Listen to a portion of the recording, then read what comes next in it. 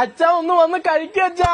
നല്ല ലഡു ഉണ്ട്, ജിലേബി ഉണ്ട്, ഉണ്ണിയപ്പം ഉണ്ട്, പാൽപ്പായസം ഉണ്ട്. ഒന്ന് വന്ന് കഴിക്കച്ചാ പ്ലീസ്. ഇങ്ങനെ ഒന്നങ്ങ് പോരേന്ന്. അല്ലാതെ നിങ്ങളെ ലൈറ്റുകൾ ഇങ്ങനെ എത്ര നേരമായി വിളിക്കും നിങ്ങളാ?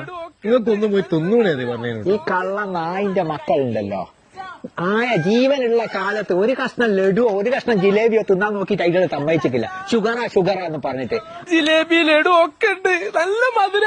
നോക്ക് ഒന്ന് വന്ന് കഴിക്ക്.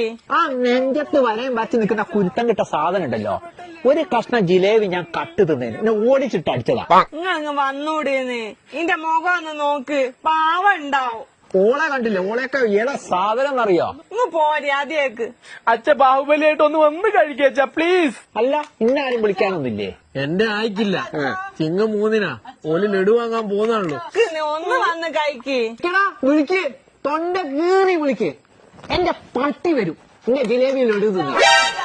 എന്റെ പൊന്നു മനുഷ്യന്മാരെ, ഞങ്ങൾ ആത്മാക്കൾക്ക് നിങ്ങളോടൊരു അപേക്ഷയുണ്ട്. ജീവിച്ചിരുന്ന കാലത്ത് ആ ഇഷ്ടമുള്ള ഭക്ഷണങ്ങളൊക്കെ തന്നിട്ട് സന്തോഷത്തോടെ അങ്ങ് യാത്രയാക്കിയിട്ടുണ്ടെങ്കിൽ ലാസ്റ്റ് കിടന്നിട്ട് ഈ കൈമുട്ടി അച്ചാവ എന്ന് പറയേണ്ട എന്തെങ്കിലും ഒരു ആവശ്യമുണ്ടോ?